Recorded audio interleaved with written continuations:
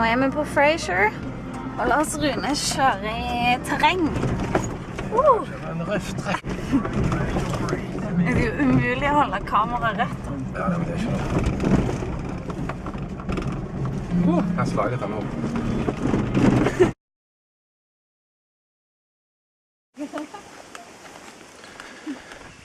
Her gikk vi altså gjennom der det bodde feer og sånn, australske feer. Det heter Wonghongi. Ja, eventyrland. Ja. Vi er egentlig ikke her. Egentlig er ikke vi her. Men vi er på en måte. Dette er drømmen vår. Ja. Vi er i drømmen. Se, der var en fe. Åh, der!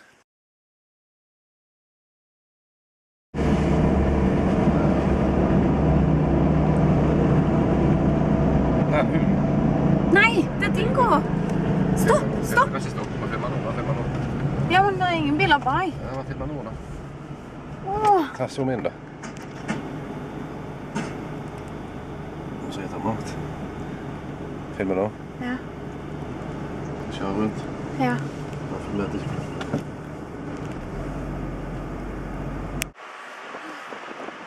Ikke gå nærmere, det er faen.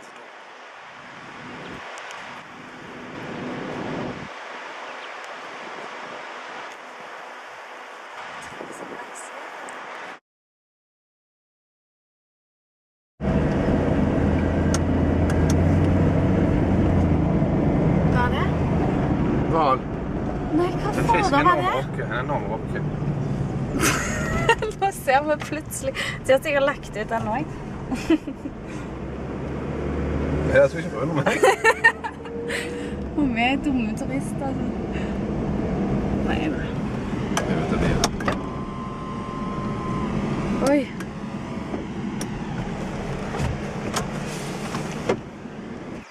Det var en svær sånn her, hva det heter det fisken? Nei, det er ikke... Jo, det er rokke. Ja. Jeg kan ut og filme litt. Du var med meg.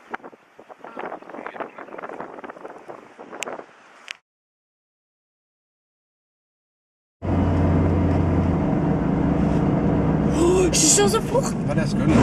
Hva er det som er hele poenget da? Hva er det som er hele poenget? Jo, det var jo sånn kant. Ja, ja. Det hadde sprutet uansett. Lars Rune er gal!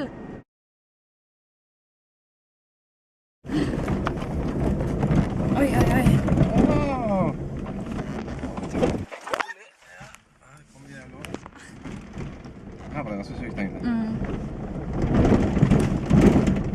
Den pinnen. Den pinnen, det var en svær pinne. Sånn pygmi, eller jeg skjønte faen ikke. Her var det mye brattere. Her er det en ny sånn liten do. Pinner. Pinner. Masse pinner i vei. Åh, shit. Er du klar? Oi, oi, oi. Oi. Er det meningen vi skal kjøre her?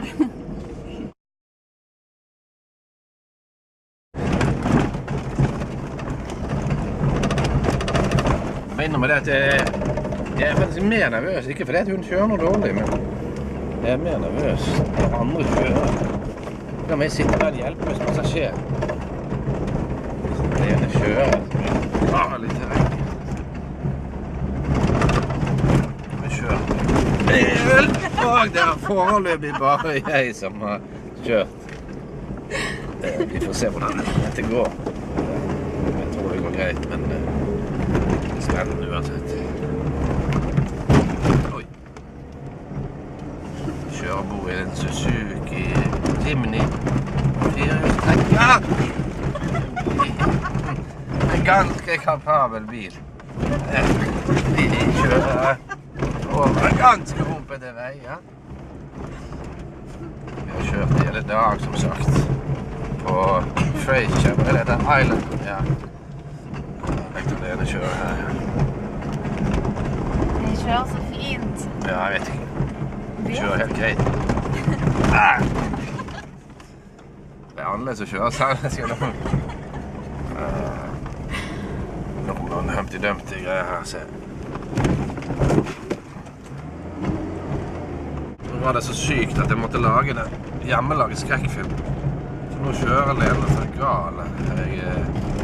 Jeg vet at det er liten tid igjen til vi skal være på båten eller levere bil fra. Ja, det er det egentlig. Men vi klarer det sikkert på et vis. Vi trenger ikke drepe oss. Men vi har kjørt veldig fort i veldig mørkt. Dette tror jeg ikke skal...